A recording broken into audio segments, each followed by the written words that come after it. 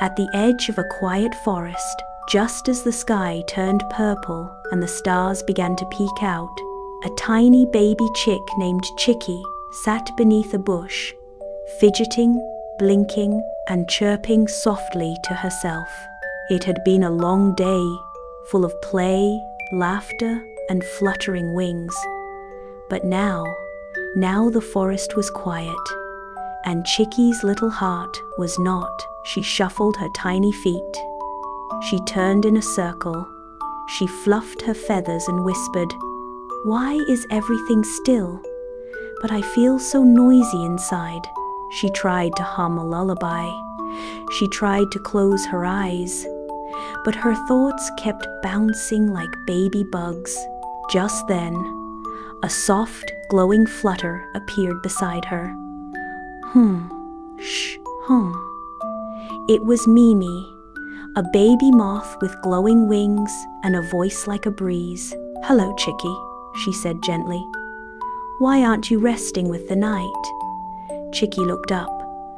"I want to rest, but I feel like my head won't stop talking," Mimi smiled kindly. "Then we need to find a quiet place where even your thoughts can slow down." Chicky tilted her head. "Where do I find a place like that?" Before Mimi could answer, a soft rustle came from a low branch above. It was Tutu, the baby squirrel, peeking down with bright eyes. "I know just the spot," Tutu said, tail swishing gently. "Follow me, I'll show you the quiet tree." So Chicky stood up, fluffing her wings. She followed Mimi's soft light and Tutu's quick hops along the path. They passed under tall ferns. They stepped over sleepy roots. They walked quietly, no words, just rustling leaves and tiny breaths.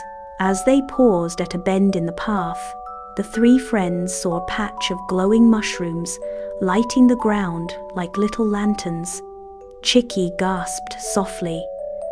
"They're glowing," Mimi smiled. "They only shine for those who walk gently." Chicky stepped carefully, and the mushrooms flickered into light. The moon peeked through the trees, watching gently, and at last, they came to an old, tall tree. It stood still and peaceful, surrounded by moss and silver moonlight. Tutu climbed onto a low branch and curled up. Mimi settled on a leaf and glowed softly. Chicky sat down beneath them and leaned against the warm bark. No one spoke. The wind whispered. The stars blinked. A faraway owl gave a gentle hoo. Chicky blinked slowly. She could feel her heartbeat calming. She listened to the leaves. She listened to the breeze. And then she listened to herself.